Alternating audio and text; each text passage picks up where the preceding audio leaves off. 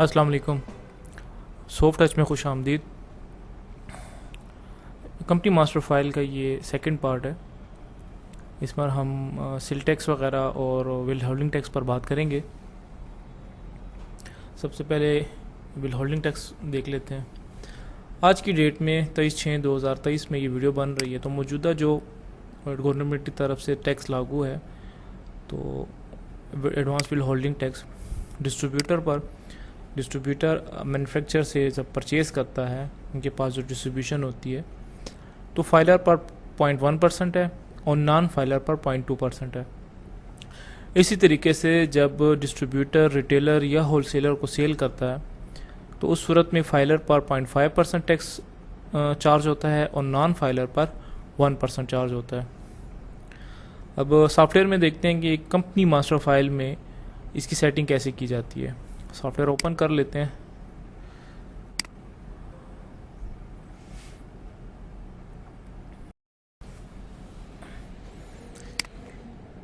Master entries में company master file में आ जाएं और यहाँ पर AWST का एक बटन बना हुआ है। ये एडवांस विल होल्डिंग टैक्स के लिए इस्तेमाल होगा।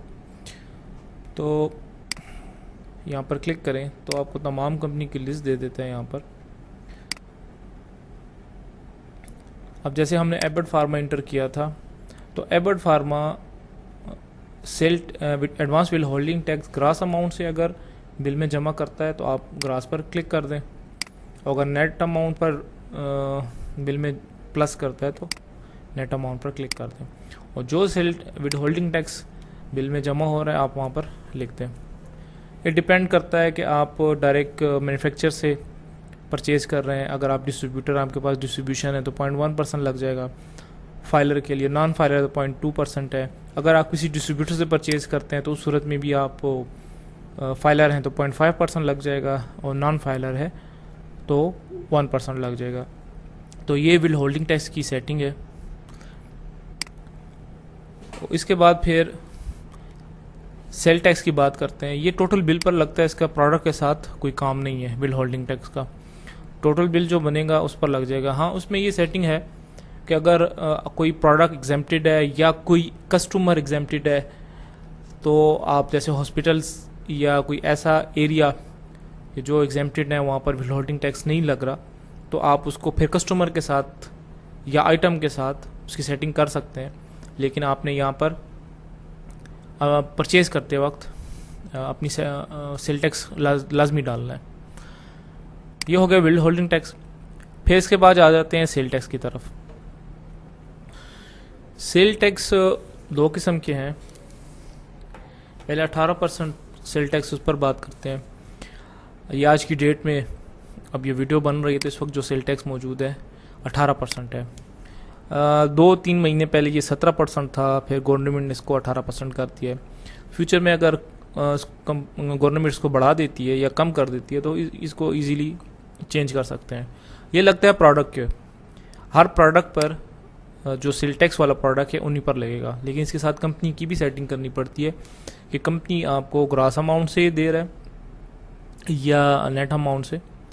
तो अब जैसे ये BF1 है, मिल्क प्रोडक्ट है, तो सेल टैक्स जो है तो फाइलर के लिए 18% है, और अगर नॉन फाइलर है तो फर्दर टैक्स नॉन फाइलर पर 3% लगेगा। 18% और 3%, ये 21% टोटल सेल टैक्स बनता है। सॉफ्टवेयर में चेक करते हैं इसे। सेल टैक्स के बटन पर क्लिक करें कंपनी मास्टर फाइल में,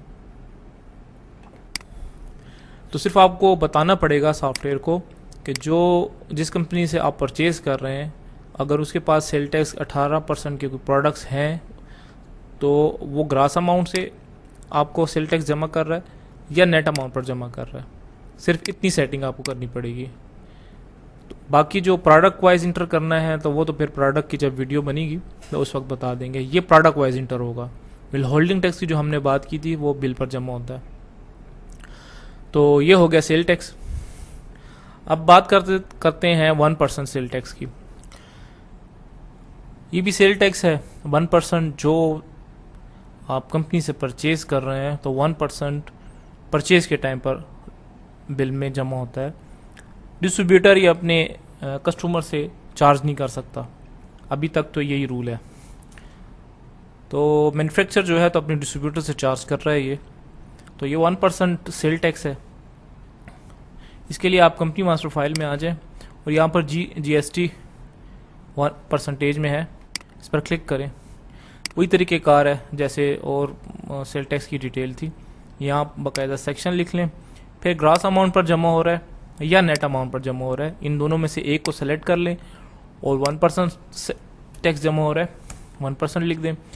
इसमें फर्दर टैक्स भी है 3%। अगर आप नॉन फाइलर हैं तो फिर आप मज़ीद 3%, टोटल 4% टैक्स पे करेंगे, और अगर फाइलर हैं तो आप 1% ही पे करेंगे। इसके बाद ये टैक्स बोनस पर भी, बोनस की वैल्यू पर भी जमा हो रहा है। टीपी की जो बोनस की वैल्यू बनेगी उस पर भी ये जमा होगा। तो अगर बोनस पर जमा हो रहा है तो आप यहाँ पर क्लिक कर दें। तो ये हो गया सेल टैक्स 1%।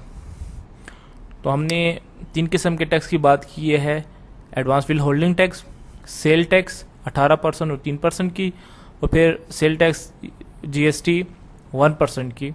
तो फाइलर नॉन फाइलर दोनों की बात इसमें हो गई है।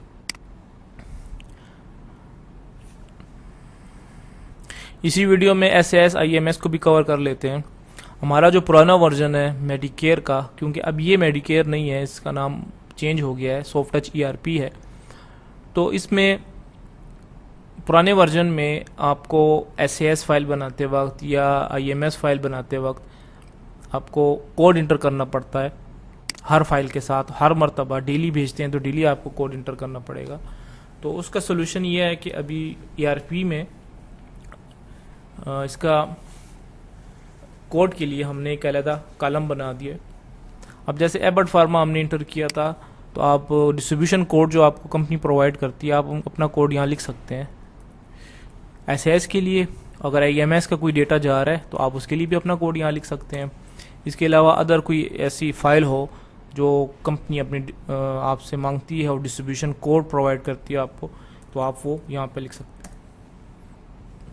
नॉर्मली यही ऑप्शन होते हैं SAS IMS वगैरह, तो ये आपके लिए सहूलत हो जाएगी। अब इसमें मज़ीद सहूलत इंशाल्लाह फ्यूचर में मिलेगी आपको इसी वर्जन में, कि आपको फ़ाइल क्रिएट करने की भी ज़रूरत नहीं पड़ेगी। आपको सिर्फ टाइम बता देना सॉफ्टवेयर को कि इस टाइम पर हमने फ़ाइल सेंड करनी है, तो सॉफ्टवेयर ख़ुद ही उसको डिज़ाइन बनाकर फ़ाइल को ईमेल कर दिया करेगा। तो इस वीडियो में हमने ये तमाम 4 बटन जो हैं तो इसको कवर कर लिया। वीडियो देखने के लिए शुक्रिया। अल्लाह हाफिज़।